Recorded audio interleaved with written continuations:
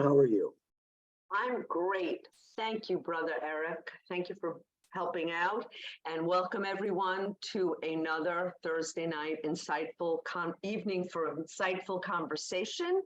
I always say if you are new, welcome. This is your first time or even your second time. And for other seasoned attendees, welcome back. As you know, we're in the month of July. And that often summons up the feelings of liberty and freedom. We just celebrated recently July 4th, Independence Day, and we've delved into that in the last few weeks of what that means in terms of what is liberty, what is freedom.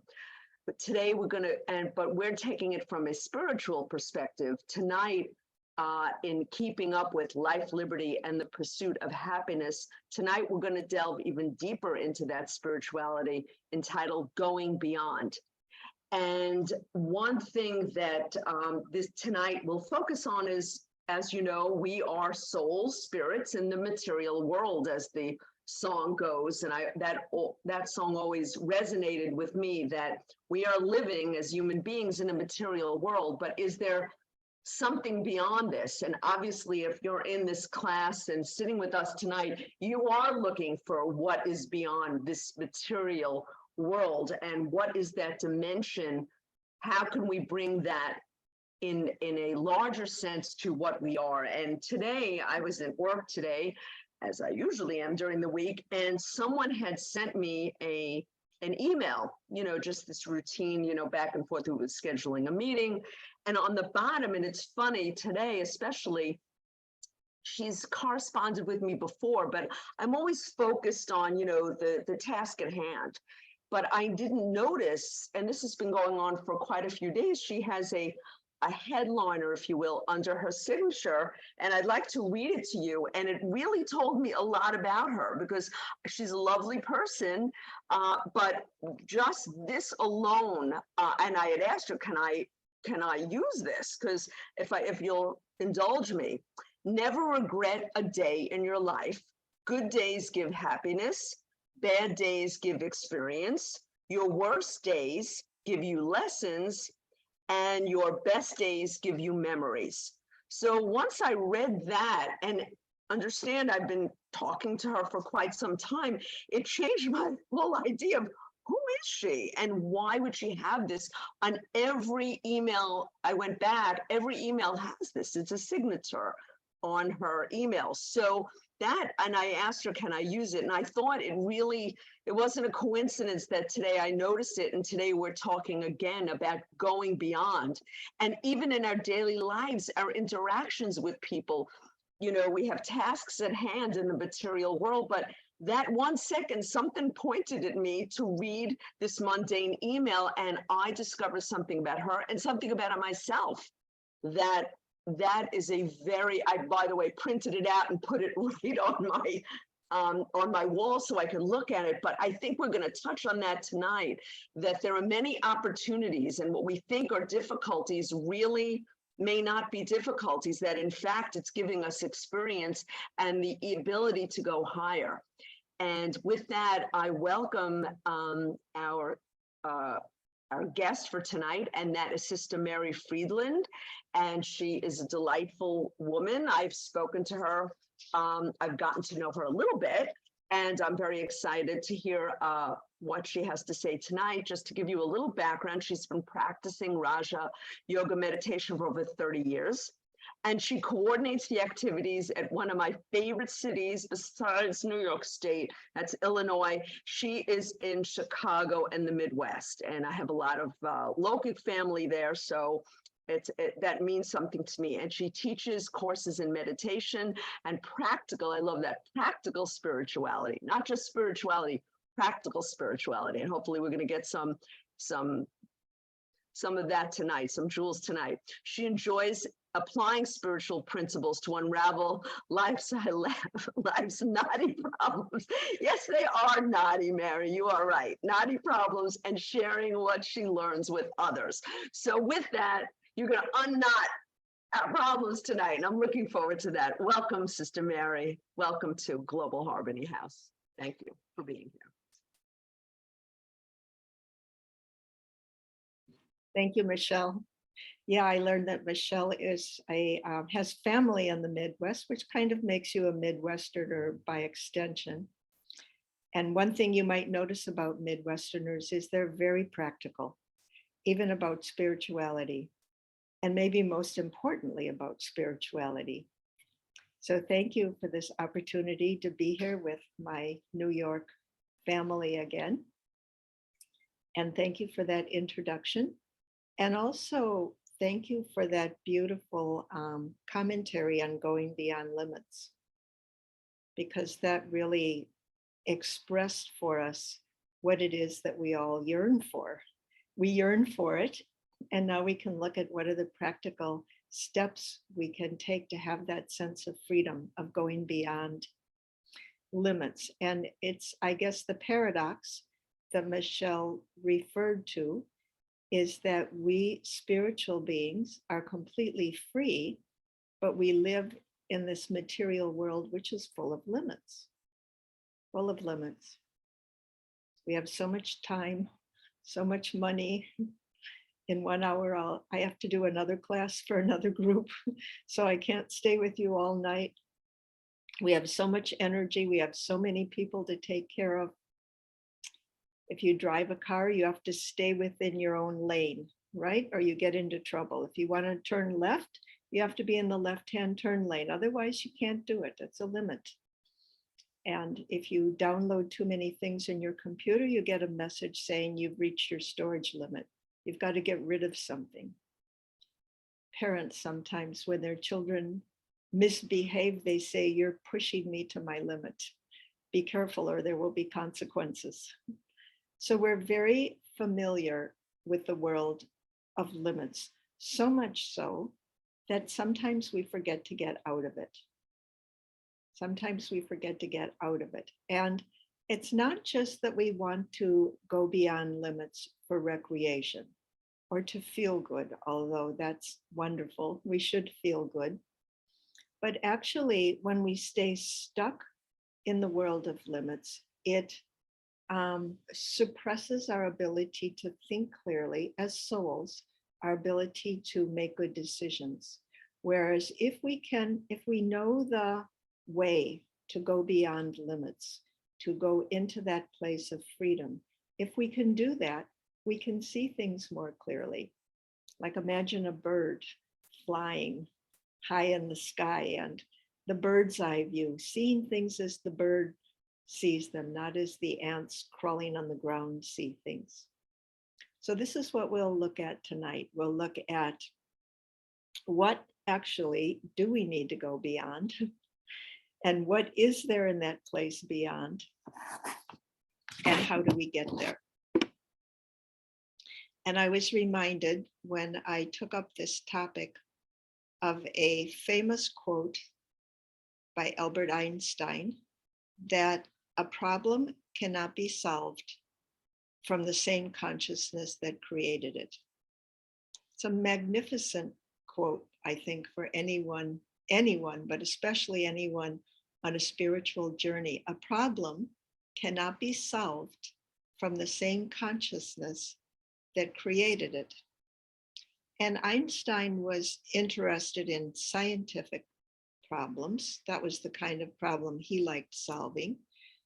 And he was kind of expressing this phenomenon throughout the ages that whenever there has been a scientific breakthrough, it has been because someone has been able to look at an old problem from a higher perspective.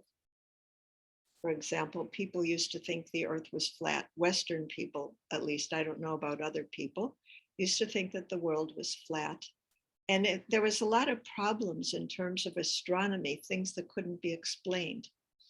But in order to explain them, somebody had to go to a higher consciousness, get above the earth, look down in the earth, and understand that the earth was spherical. And then things started to make sense. So we're going to look at, what does this higher consciousness look like in our personal lives, from our personal perspectives? And where are the places in our lives where we get stuck, you could say? if I'm thinking and thinking and thinking about something, but I don't seem like I'm getting anywhere, no matter how much thinking I do, it's probably a clue that I need to go beyond. Or if some particular issue keeps coming back to me over and over and over again, probably a clue that I need to go beyond.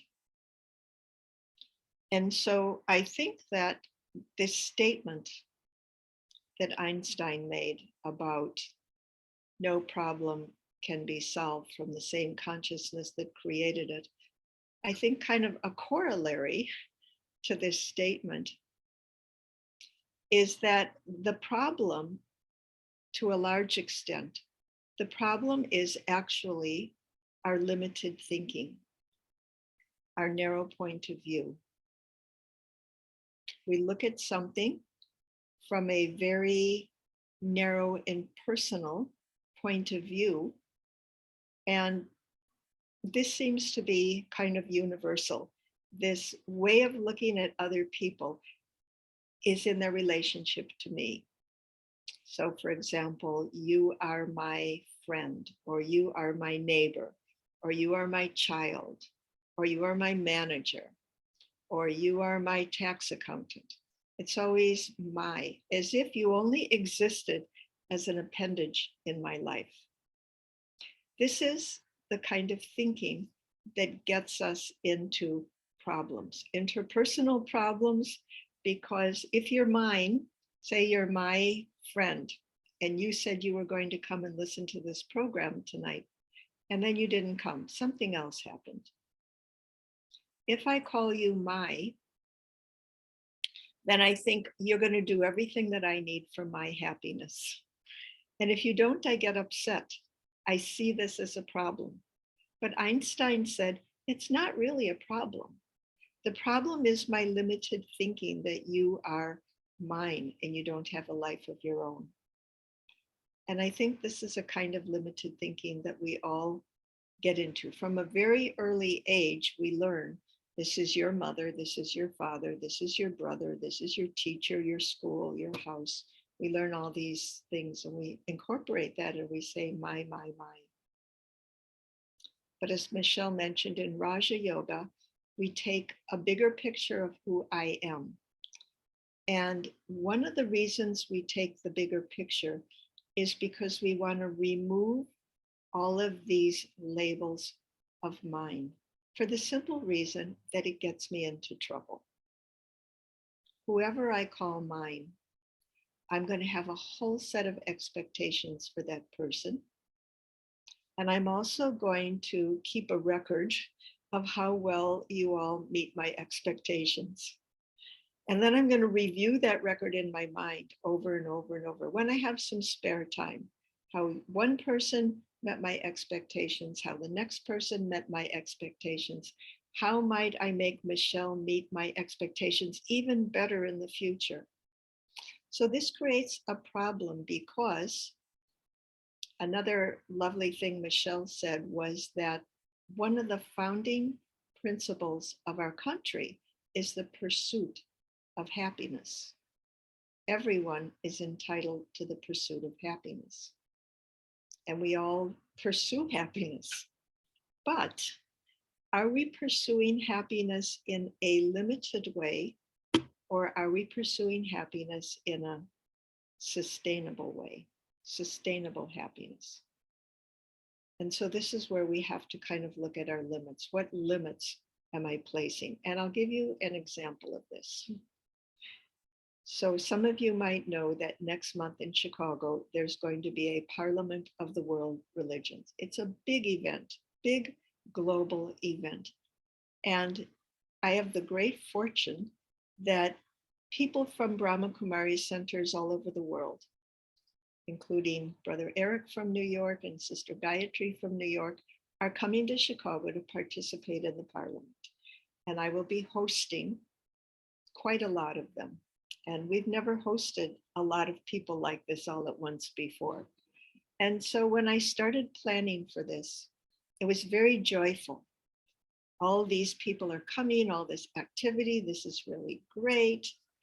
And I started focusing then on the details, the accommodations, the meals, the transportation. And as I started focusing on the details, I started realizing there's a lot more details than I had anticipated.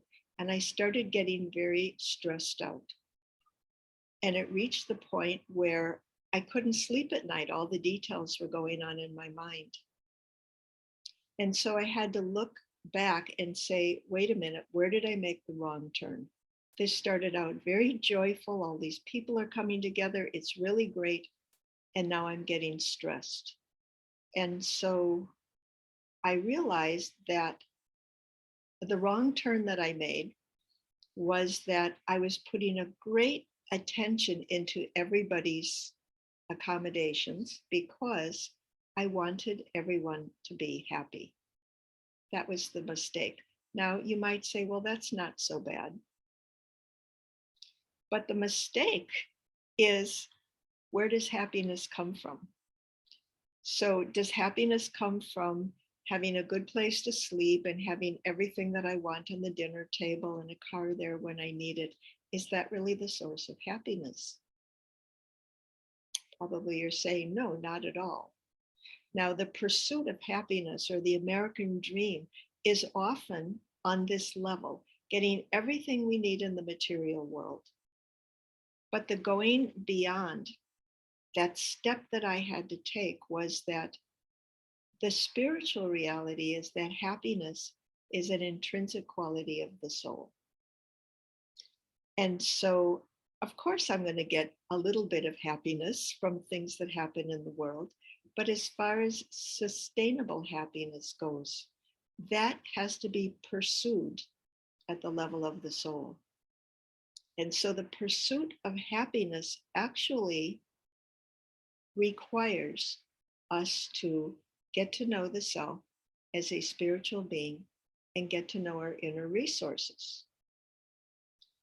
So my resolution, which freed me from this stress and anxiety, even though I've got even more to do this week than I had to do last week, the resolution was the understanding that, of course, these people are happy for the same reason I'm happy. We're all getting together, the parliament, great, we'll all see each other.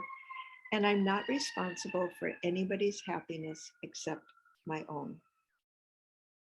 Because each soul is responsible for his own happiness, and each soul possesses the means for attaining his own happiness. This is the spiritual reality. And so when I could step up to this higher consciousness, I realized that my responsibility is to take care of my own happiness. And that means I have to separate myself from this old habit of thinking that I need to make other people happy. And in fact, if I do everything that I have to do with happiness, with no stress, then people are going to be happy. And there are going to be many, many details that are going to pop up that I will not have thought about in advance. And some things will take a little bit of time to resolve. And that's okay. It's important to do all of that, but it has nothing to do with happiness.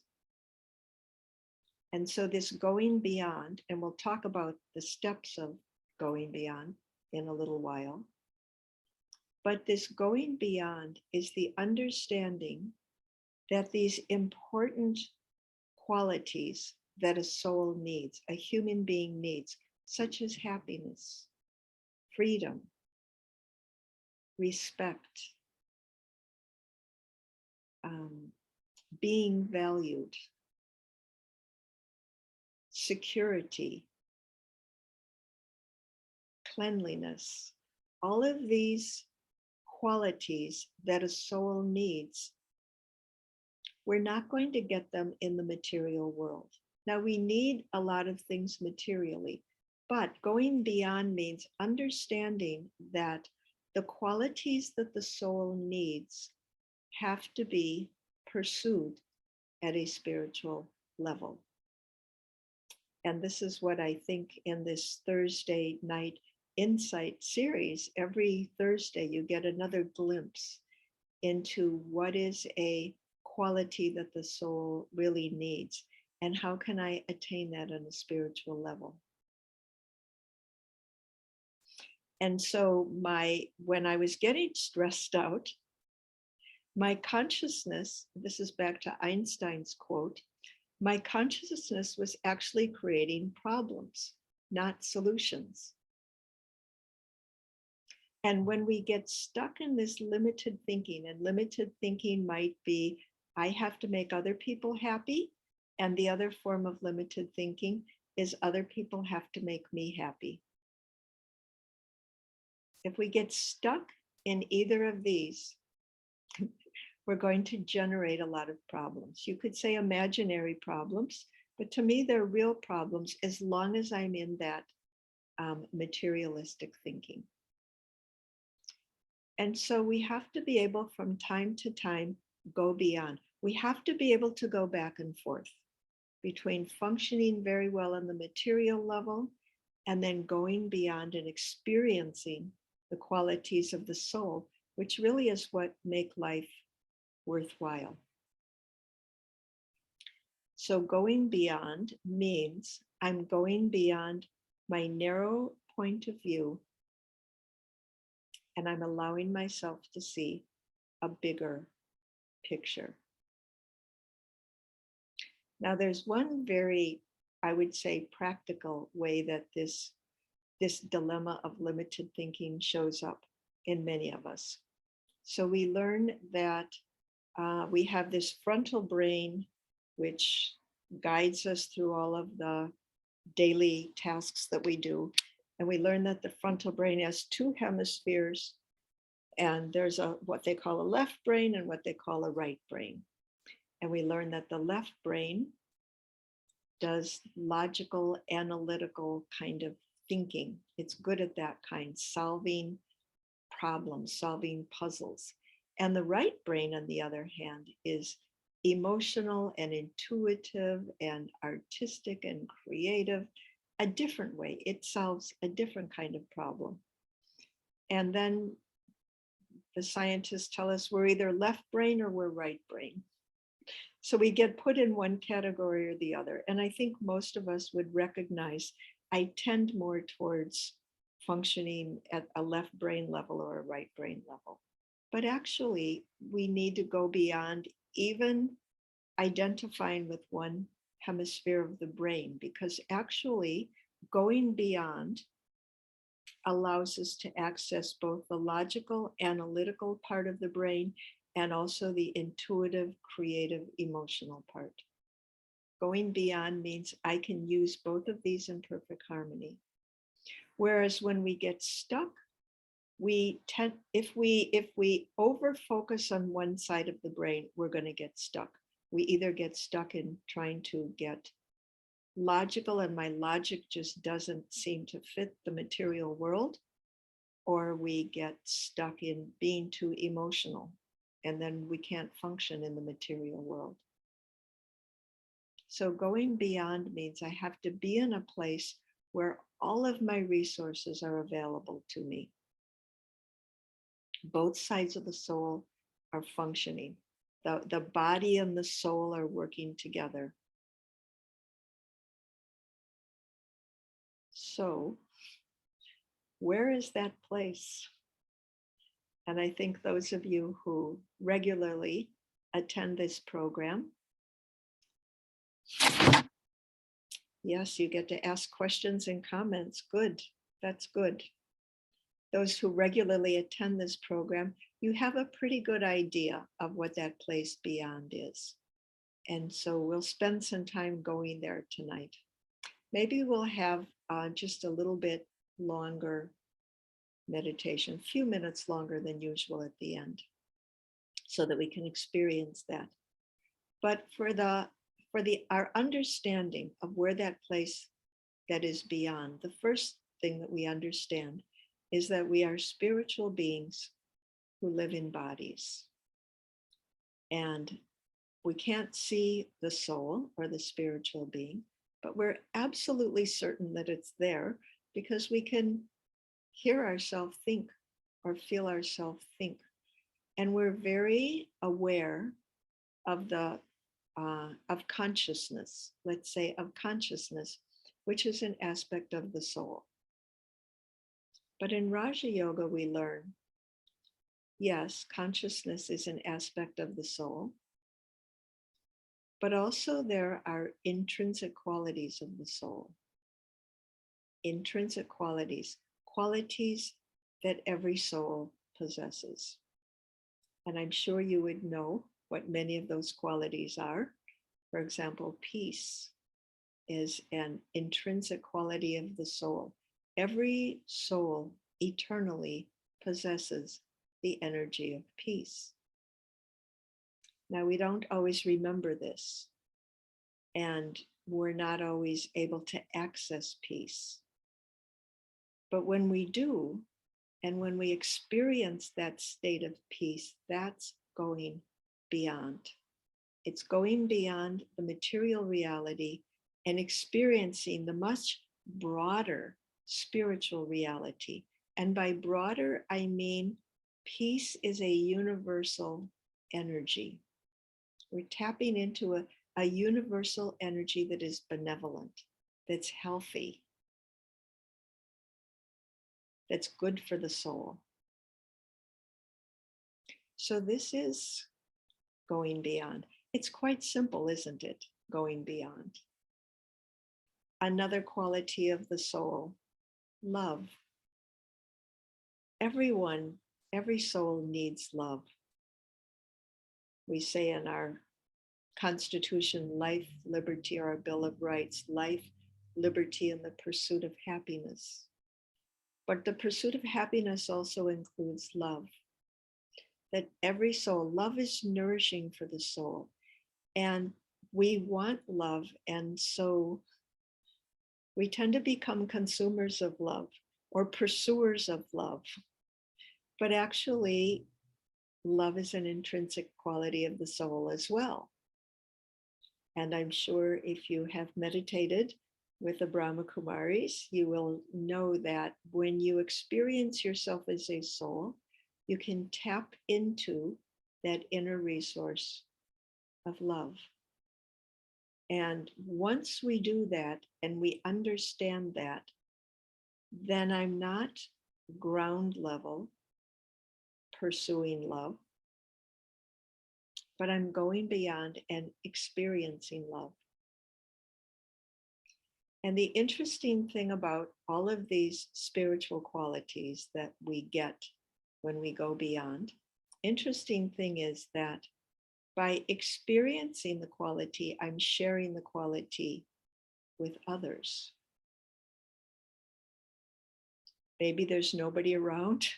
Doesn't matter. That energy is still going somewhere and it's touching somebody. So I'm sharing that energy. And this is what gives the soul happiness. Sharing, experiencing our own intrinsic energies, and even better, sharing them with others.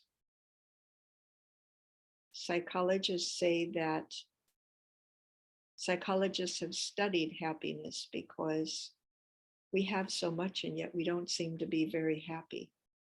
And so a lot of psychological studies have been done on what is the source of happiness, what are sources of happiness. And they all come up with the same number one, which is helping others, sharing what we have with others, cooperating with others, giving to others. And so going beyond is a way to fill ourselves with those qualities that make us feel well and then allow us to share them with others, which increases our level of happiness. And so actually everybody should go beyond. As a society, we would be much fuller and we would be much more generous with each other if we could all go beyond on a regular basis. Maybe someday that will happen. But in the meantime, we have to kind of do it for ourselves and also do it for our neighbors, those who aren't ready to do this right now. And that's what gives us our clear vision. When I am pursuing something, when I'm trying to get something for myself, it's a little bit insecure because I may or may not get what I want. And even if I get what I want, I might decide that I don't like it, or somebody might take it away from me. So it's a little bit insecure. But when I fill myself with my own inner qualities and then share them with others, that it's a feeling of being powerful. I have so much I can share with others. It's not an arrogant type of powerful. It's a very benevolent type of powerful. And so we go beyond for ourselves. We go up beyond for others. And also going beyond. So yes, the first step of Raja Yoga, of course, is to experience the self as a soul, to understand that I, the soul, am not dependent on the body, that I'll even leave the body at some point and I'll still be fine. The body will deteriorate, but I'll be fine. So that's the first step of going beyond, is to realize actually, as a soul, I am eternal. I am beyond the laws of the material world. I will never deteriorate. I'll never even get old. I'll never lose any of these energies that I possess. However, I might spend a lot of energy and feel like I don't have energy from time to time. And that's simply a sign I have to go beyond my over focus on the material world and spend some time with myself, the soul. So that's the first step of Raja Yoga. But the second beyond is that as a spiritual being, as an eternal being, I would exist even when I'm not in a body. So there has to be another dimension there, or what has been posed as a parallel universe. Not at all like this universe, but a spiritual dimension, a place of light, peace, freedom, bliss. And it's very important to go beyond all of the responsibilities and the to-dos and the pressures and the deadlines and everything from time to time, and get into a space where none of those exist, where there's just pure, perfect freedom. So we call this place the home of the soul. The home of the soul. To be able to take my awareness to another place. Of course, the soul doesn't leave the body. We don't want to leave the body yet. We've still got a few more things to do. But through my awareness, I can bring my awareness to the home of the soul. And I know that place because eternally I've been there before. So that's the second part of going beyond, to experience that dimension of unlimited freedom, of complete ease and relaxation and bliss and nothing to do and not even anything to think about. And then while we're there in that space, to have a relationship that is beyond any kind of relationship we can have with a soul who's in a body. Now, we can have spiritual relationships with each other, and I'm sure you do have spiritual relationships, but the spiritual relationships are kind of mixed with the relationship with the bodily being, which means we have stories about each other. I have a story about Eric because I've known him for a long time. I have not so much of a story about Michelle because I haven't known her for such a long time. But my brothers and sisters who I grew up with, I have long, long stories about them. So even when we have a spiritual relationship, it gets mixed in with our story. But there's one being who doesn't have a body and no story, no name, no birth date, no mother and father and brother and sister and kids and job and none of that. And so it's a relationship of absolute freedom and no expectations. This is the relationship we can have with the Supreme Soul, a being of light like we are beings of light, but a being of light with no story who lives in the present moment eternally, or lives eternally in this place of eternity. This being who never changes, constantly emitting the purest peace, love, joy, respect, affection. And so when we're in this dimension of light, we can feel ourselves coming close to this being and have a completely unique kind of relationship. A relationship of complete freedom, complete acceptance. And in my relationship, in my awareness of this being, I can completely let go of my story.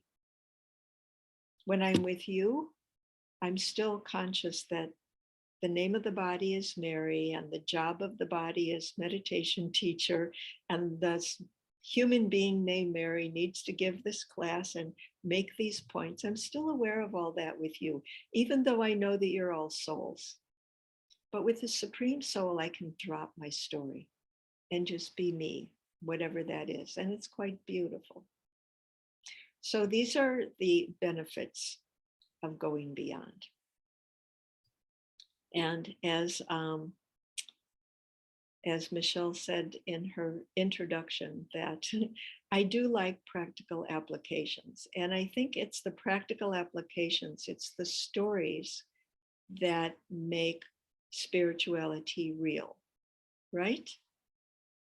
So I'm going to tell you a story of a practical example of going beyond. And this is a story actually that involves Brother Eric. So in the Brahma Kumaris, you can imagine we're an international spiritual organization. We are certified and we have nonprofit status, and we have all these governmental agencies that we have to dance to, and we have all of the practices and protocols of an international spiritual organization. So there's a lot of things that we need to know in centers. We have to do things properly. So there's paperwork involved in this. And most people are not very fond of paperwork, right? They kind of postpone it. So, and I'm on this team with the Brahma Kumaris in the United States. It's called the admin team. And Eric is on this team also. And there's a couple of other wonderful people. And this team has to try and get everybody's paperwork in order and make sure that everybody follows all the protocols. So every year when we get together for our annual meeting, the admin team will get up in front of the group and say how important it is that your insurance is up to date and your deed to the property or your lease is in at the proper place. And if you have sales tax exemption, you've fulfilled all the requirements. Every year we do this. And some people pay attention and some people fall asleep. And then there's compliance, but it's a very difficult thing because people are busy and they don't like paperwork. So Brother Eric has this ability to go beyond. And so this year, Brother Eric proposed that we are going to give, when we get together at our annual meeting, everybody who gets their paperwork in order is going to get a prize. Now we're going beyond the mundane field of fulfilling government requirements and doing things according to Brahma Kumaris principles. Now we're getting into the area of what does the soul really love? Souls love prizes. They love surprises. They love being valued. They love receiving love. So Eric said, everybody's going to get a prize. So that's all we told people. If you get your paperwork together, you're going to get a prize. And Eric said, don't worry, we've got plenty of prizes. So when we all got together, Eric gave, with great fanfare, a very special prize to the one sister who not only did she have all her paperwork in order, but she was the first one to do it. Really good prize. And then there was another prize to people who did pretty well, but they didn't do 100%. And now there is this vast group of people who had a little bit of their paperwork in order, the kind who we'd normally do this to. But Eric called them all up to the front of the room and says, now we have a prize for all of you. And he said, Mohini Didi appreciates your hard work, and she wants you all to take a vacation.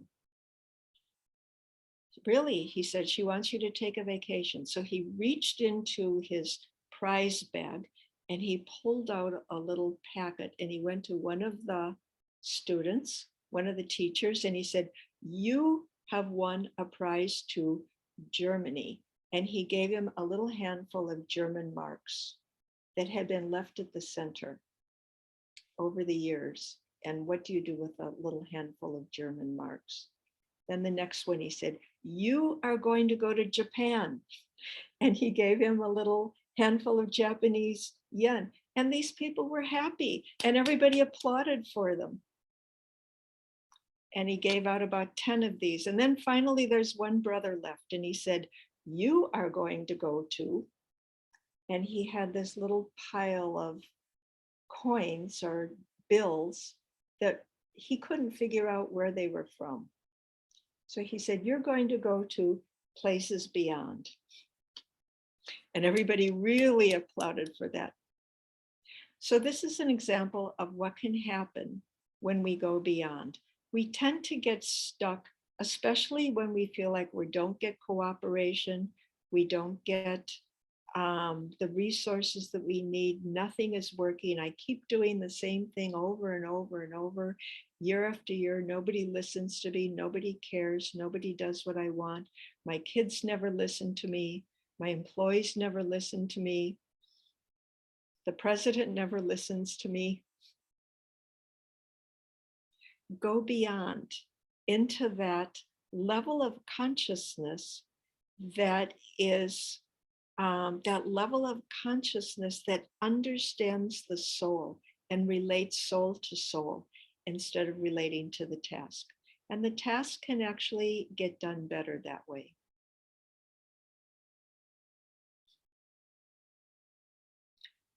So I think on that note, I will stop talking for a little while, and maybe Michelle has something to say or somebody else has something to say. That was great. I got some practical advice, and it's funny, once you started talking, I do see the Midwesterner in you. I have a number of friends from the Midwest, and yes, they are practical, and they, very folksy, and they are definitely not from New York. You can spot us a mile away that we are different, but we still walk the same. And that kind of talks to the question I had, although you answered it kind of, sort of, but I wondered if you could delve a little deeper. You spoke about universal energy, which I really liked, and my question kind of focused on some part of that. What I thought is happiness. I know for me, I always used to use the expression, this is from a long time ago, my friend, I know I was happy when she was happy.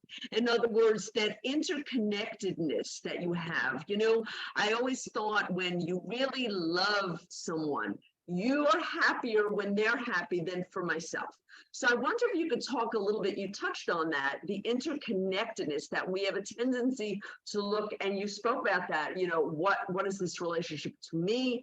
But it's not linear. It is actually like a web. We're in a web and we are all interconnected. But unfortunately, I don't know how to, the material world doesn't work like that. A lot of times it's based on meritocracy. In fact, I remember in school, they would have They would put you on committees to work together, but they would even pitch the committee against the other committees to win.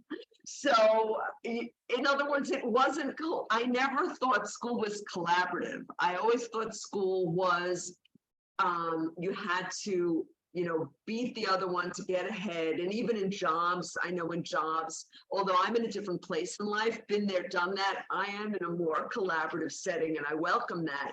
But how do we get beyond to understand that we really are interconnected? We're all souls. We actually have the same, in a manner of speaking, DNA. And that is the soul.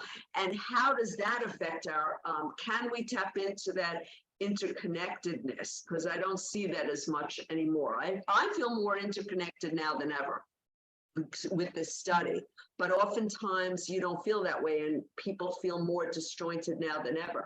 How do we, you talked about that by sharing what you have and being peaceful and loving it and sharing that with others, but can you make a little deeper dive? Like, what is there a collective consciousness? We hear about that. I think there is. It's a really good point. It's a really good point that definitely we are interconnected and we do all have the same spiritual DNA, which means every soul needs to be loved, needs to be secure, needs to be happy. And also it's a reality that when others are happy, ideally, we are happy. Now, there's that other ego-driven kind of negative force, which is my committee needs to win. And if your committee wins, I'm not happy.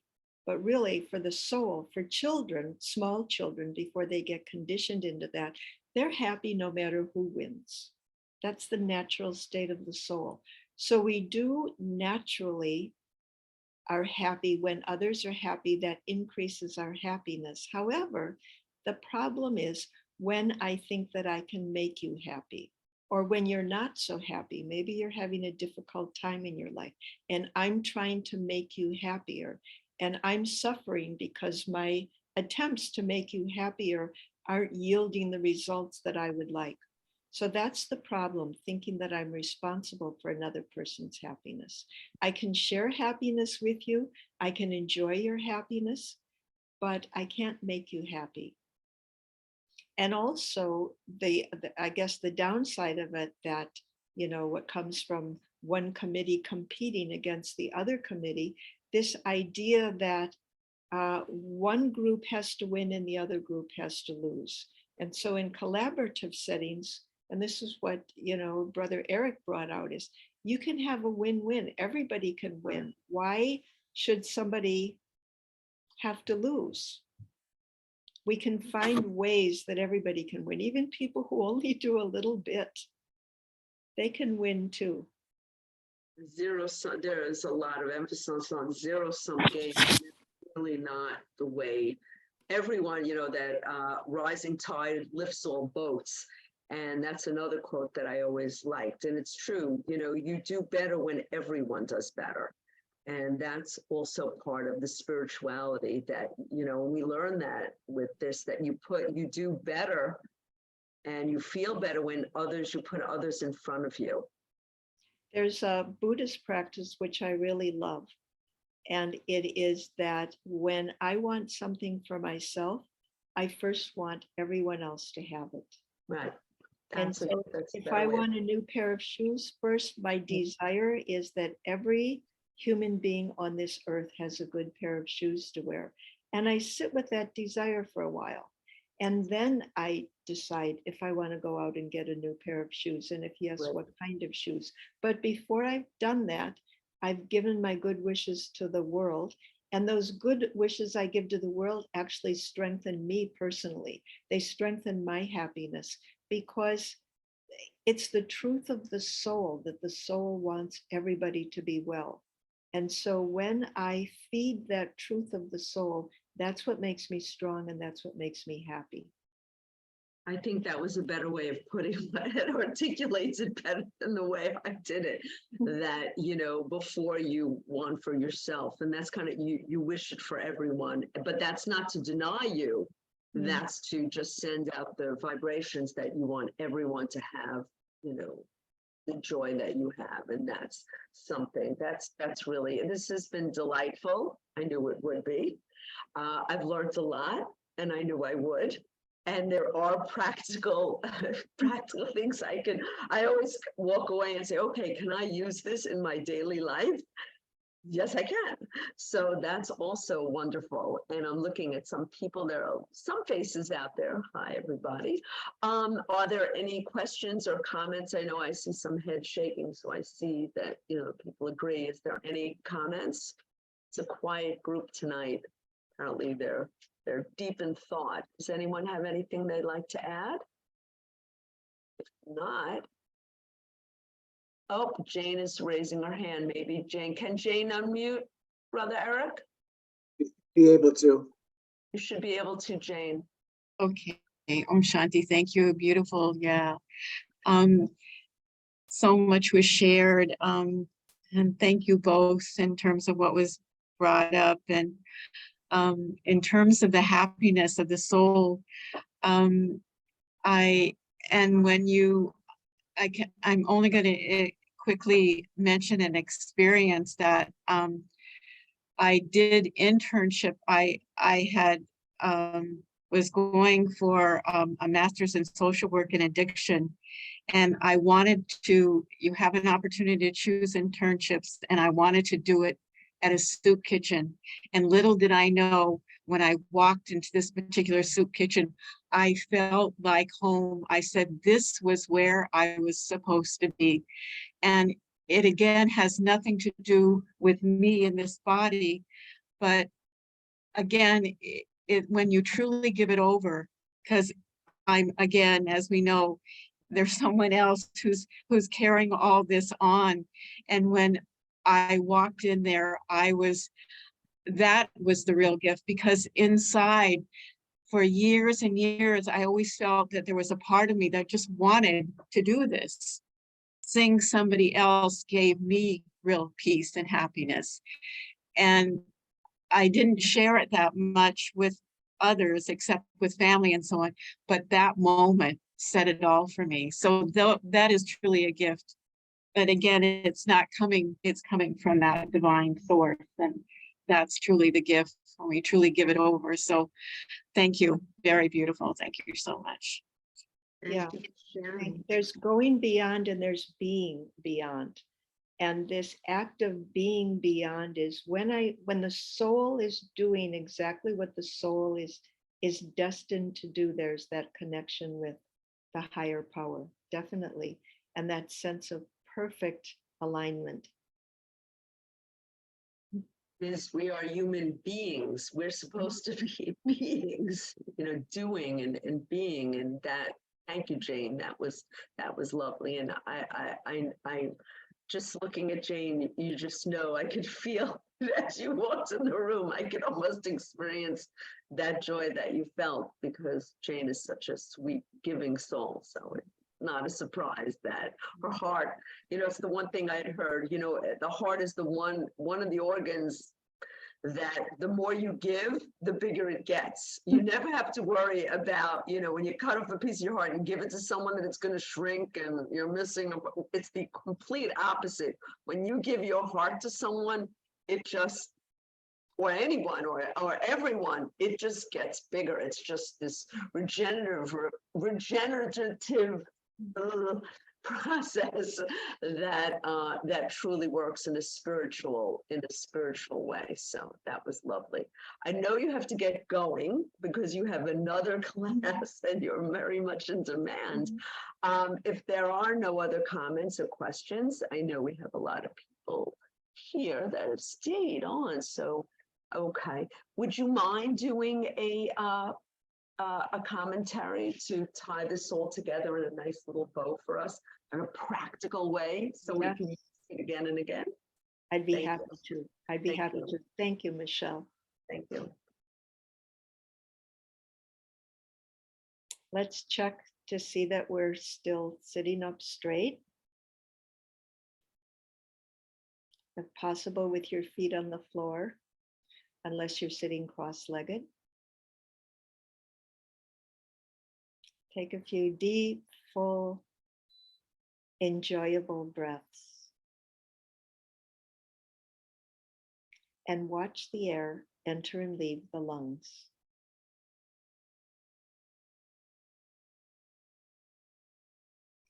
I, the soul, am watching this body breathe.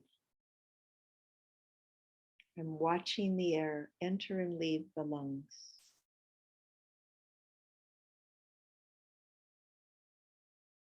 I'm observing the body, enjoying the body.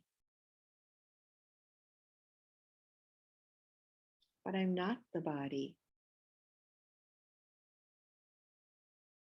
And I can choose now to turn my attention beyond the body and focus my awareness on the inner being, the soul. See yourself as a tiny sparkling star behind the third eye point. Too tiny to see, but very pure, bright light.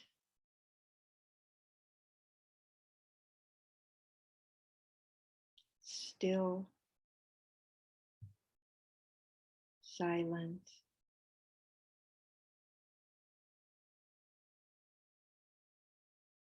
peaceful.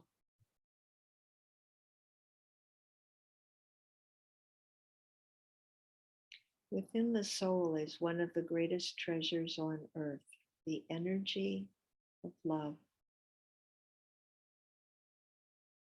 Let that energy flow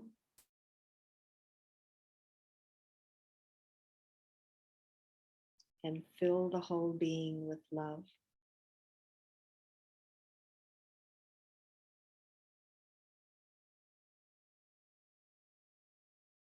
And as we experience that pure energy of love, we're also radiating it. It's a gift to the self and a gift to the world. The greatest treasure, love.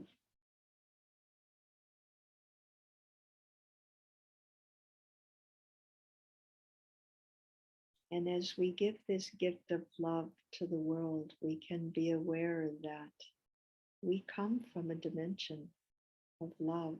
All of us, beings of light, come from the dimension of love, light, peace, and project yourself, the tiny soul, into that dimension of love, that place of light.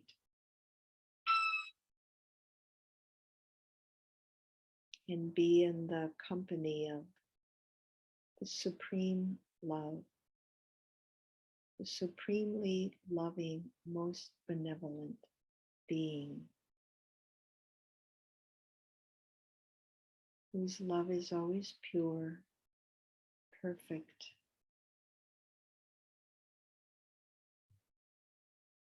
Let yourself absorb that love.